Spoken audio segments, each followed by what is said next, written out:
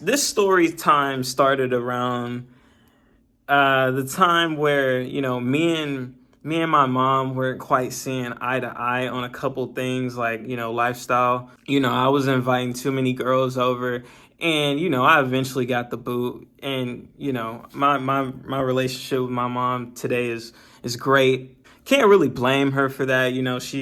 She grew up on her values. I have mine. So just two different people not seeing eye to eye, essentially. I move in with a friend, and I get on Tinder.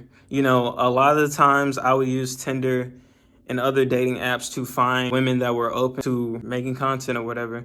I'm on Tinder, I'm scrolling, swipe right, matched, boom. We went to the smoke shop, got us a little pipe to smoke out of or whatever, and we're smoking. We're just talking. It's chill. Like we made plans to meet up at Target and go to the movies and then go to a restaurant. So it was like a little date night, right?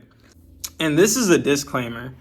Do not do this, okay? I was very young and dumb. Key definition of young and dumb in this story. We scoped out the movie theater and there was no one in there. So we had this bright idea to have sex in the movie theater, and I'm smashing her in the movie theater chair, doggy style, had her missionary, all types of shit.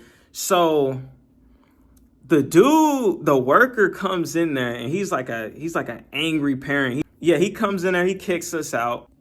So if you know anything about the area, after that, we went to Corky's and we got some food or whatever. And then we went to the Olive Branch Park to continue, because you gotta understand, we didn't have no crib. We both, stayed at our parents or whatever, young. Her ex hits her up, and I'm like, okay, this is okay, what? This must be fresh, right? Because this nigga blowing up her phone. He's like, da da da da. He's sending her hella texts. So apparently, her ex nigga was a struggling scammer. She told me everything about this nigga. I'm like, damn, okay. I didn't even really want to know that, but I guess thank you.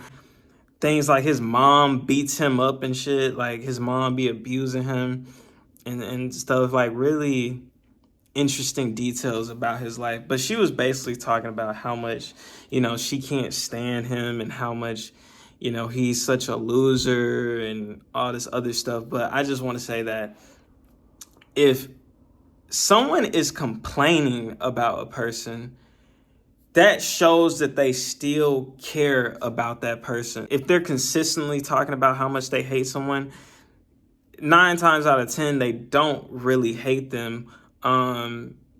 They still care for them for sure. So watch out for that. Women can be losers too, bro. And you have to learn to pick up on that, because and when I say this, it's not about what you have. So many people get caught up in the thing of materialistic. It's not about what you have that makes you a loser. It's your mindset. It's how you think. If you're not going to be in the same position that you are this year, you're going to be in a better spot, and how you're going to do those things. You can never be classified as a loser in my book. These women that do entertain losers are, they got some loser in them. You get what I'm saying? Women can be losers too, but for completely different reasons that men are. But it's if she's messing with a dude that is a loser, she's most likely a loser. So, boom. This nigga hit her dad up, and he's like, hey, I want the phone that I gave her back. She has to go in there and talk to him. So she's talking to him, and I hear them screaming. I hear, la, la, la, la. He comes back into the room, and she's crying. I'm like, okay, what's up? It can't be that bad. And dad picked her up and put her on the wall and left a bruise on her arm, right? So I'm like, oh, okay. And she's like, I just want to leave. I just want to go. But a part of me felt like I had to, because I couldn't go back home. It could have been avoided, but it made me a much stronger person for doing it. I fell off because that wasn't a priority anymore. And in turn, my life suffered for it. I found myself at my dad's. Nigga lives in the middle of nowhere. Terrible. She found herself back at her dad's. So one day, it's been a minute. So we get an Airbnb, right? And I decide to go to the bathroom. And I remember it like it was yesterday because we were watching Euphoria, right? This was around the time that I really got into Euphoria. Love that show. I got back, and all of a sudden, she just started acting really weird, right? And even when we were going home, right, she was just acting really weird. The energy was just off, right? So I check my phone when I get home, and I'm looking through my videos. And, I'm a person that I rarely delete anything. Like, if it's something I don't need, sure. But for instance, like my videos, I do not delete. So when I couldn't find this particular video I did with a certain individual that will not be named, I was like, oh, that's weird because I don't ever delete videos.